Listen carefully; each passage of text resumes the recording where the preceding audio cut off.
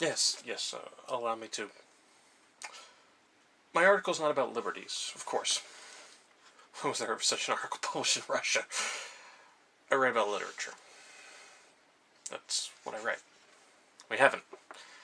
We have a small number of masterpieces, how could we not? There are so many of us. A great artist will turn up from time to time in much smaller countries than Russia. But as a nation, we have no literature because what we have isn't ours. It's like a party where everyone has to come dressed up as somebody else. Byron, Voltaire, Goethe, Schiller, Shakespeare, and the rest. I'm not an artist. My play was no good. I'm not a poet. A poem can't be written by an act of will. When the rest of us are trying our hardest to be present, a real poet goes absent. We can watch him in the moment of creation. There he sits with a pen in his hand, not moving. When it moves, we've missed it. Where did he go in that moment? The meaning of art lies in the answer to that question. To discover it, to understand it, to know the difference between it happening and not happening. This is my whole purpose in life. And it is not a contemptible calling in our country where our liberties cannot be discussed because we have none. And science or politics can't be discussed for the same reason. A critic does double duty here. If something true can be understood about art, something will be understood about liberty too, science and politics and history, because everything in the universe is unfolding together with a purpose of which mine is a part. You're right to laugh at me because I don't know German or French. But the truth of idealism would be plain to me if I had heard one sentence of shelling shouted through my window by a man on a galloping horse. When philosophers start talking like architects, get out while you can, chaos is coming.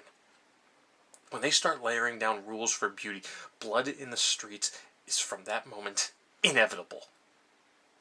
Because the answer is not out there like America waiting for Columbus. The same answer for everybody forever. The universal idea speaks through humanity itself, and differently through each nation and each stage of its history. When the inner voice of a nation speaks through the unconscious creative spirit of its artists, for generation after generation, then you have a national literature. That's why we have none. Look at us! A gigantic child with a tiny head, stuffed full of idolatry for everything foreign.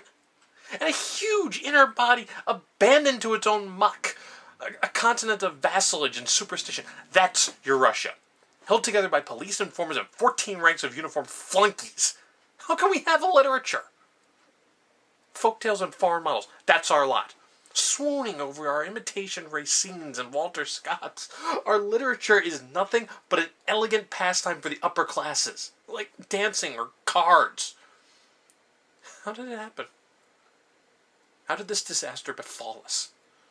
Because we were never trusted to grow up. We're treated like children, and we deserve to be treated like children. Flogged for the impertinence, shut into cupboards for naughtiness, sent to bed without supper, not daring even to dream of the guillotine. Yes, I've got off my track. On damnation. Excuse me. It's always happening to me. I forget what I'm trying to say. I'm sorry. I'm sorry. Every work of art is the breath of a single eternal idea. That's it. Forget the rest. Every work of art is the breath of a single eternal idea breathed by God into the inner life of the artist. That's where he went. We will have our literature. What kind of literature and what kind of life is the same question. Our external life is an insult. But we've produced Pushkin and now Gogol. Excuse me. I don't feel well.